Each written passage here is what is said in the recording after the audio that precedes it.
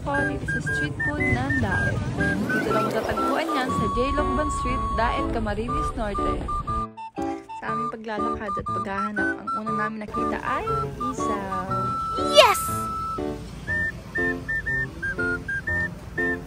Ay nako, ganito pala kahirap mag-vlog. Uy, hindi nga ako makakain maayos kasi hawak ko yung cellphone ko. Pagkatapos nga namin kumain ng isaw ay nakita namin itong bilo-bilo. Hindi na nga ako nagpatupik-tupik pa at agad ako'y pumila. Gutom na yarn. Masama na nga dyan ang tingin ko kay ate dahil ako'y nagugutom na. Char! Isa nga pala yun sa mga favorite kong kainin, bilo-bilo. At tag-isa nga pala kami ni Marian dyan kasi gusto niya rin yan. Pagkabigay ko nga ng pagkain ay dali-dali kaming umalis at pinuntahan ka agad namin ang katabing street food ni Kuya.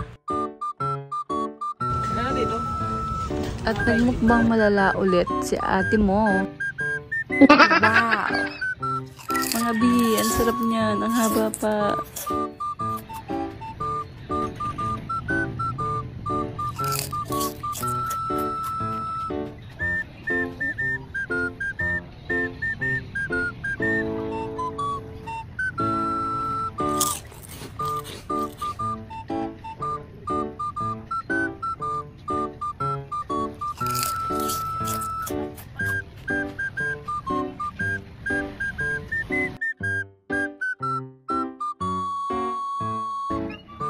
Ayan na nga, kumain na rin si Ate Marian mo ng kwek-kwek.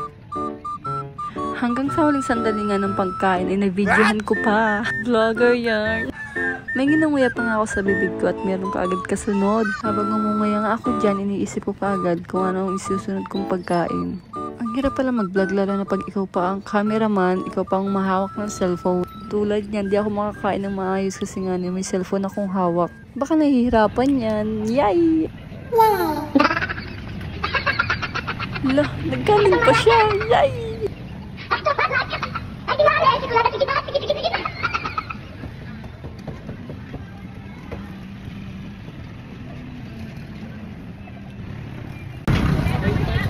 So dahil busog na tayo, maghahanap tayo ng maiinom.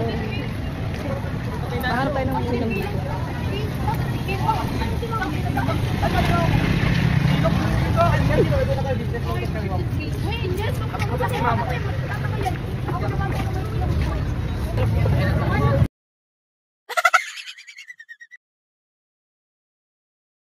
Ayun, target lock sa mangga. Dahil nauhaw tayo na tayo ng palamig. Wala tayong make-up.